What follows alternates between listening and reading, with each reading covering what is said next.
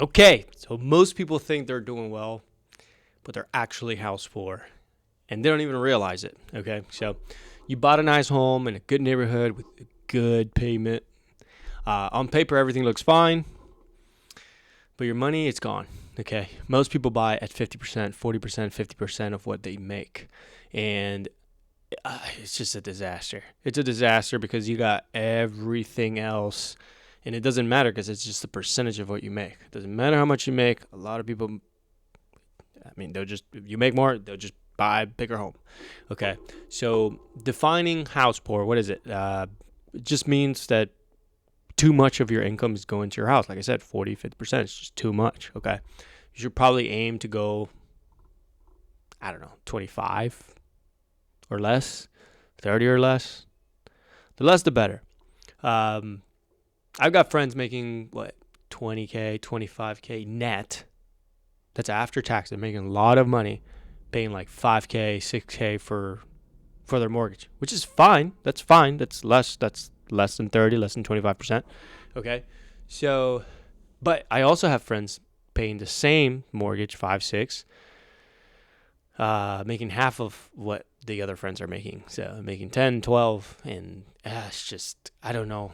It's just a headache. It's like you're going to work and like you did, everything was great. You got a great paying job. You went to college. You got an amazing job. And then now you're just giving half of it to your mortgage. Okay. So I don't know if that brings happiness to people. In my experience, it brings more anxiety, I would say, because I am a realtor in North Carolina, and I deal with a lot of people buying and selling, and that's just my take. That's just what I've experienced with my clients. So, um, let's see. What else you got after the house? You got the car, you got insurance, you got food, you got travel, kids, daycare. It's just too much if you're going 40, 50%. Okay. And this is the reason why um, I like house hacking. Okay. And some people might say, Branko, I, I don't want a house hack, dude. Like, done. Like, don't even talk to me about it. But I've explained it in other videos. Basically, you just buy a home with either an ADU or a basement, or you rent out rooms if you're single, to offset the mortgage, and save the rest for the next one. And you rent out, you move out, you rent that one out, and whatever. And you just keep on stacking within like 3 to 7 years or so. Now, if that's not like your thing, you don't want to do that, at least buy at the 25, 30% of whatever you're making at the moment. Unless you're like in a, that's kind of risky startup, but if you're thinking you're going to be selling something, or you're going to get like a crazy promotion, or like, I don't know, if you're like maybe a student, like a PhD student, like you're doing medicine and you're making like 50 to 80K right now, but you know you're going to be making $500,000 in the next couple of years, then I guess that's fine. Because you'll be making a lot more soon, in the next couple of years. But for the normal person, I would just start smaller. And like, if you're in this channel, then you're probably interested in rentals and house hacking, and going about it that way, as far as like the retirement or the financial independence thing. So if you're going straight for the big house, you're not going to be able to afford it. Okay. And this is the same with cars. If you go straight for the Lamborghini, and now you're stuck, you can't go back. Okay.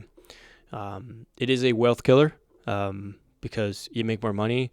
And this is a big one right here. Okay. So you buy the big home, you're at 40, 50%. And then a couple years later, you start making more money. You decide to sell it and buy something even bigger, or in a better location. It's just more expensive. Let's say that it's in 3 to 7 years, 3 to 10 years, potentially. Okay.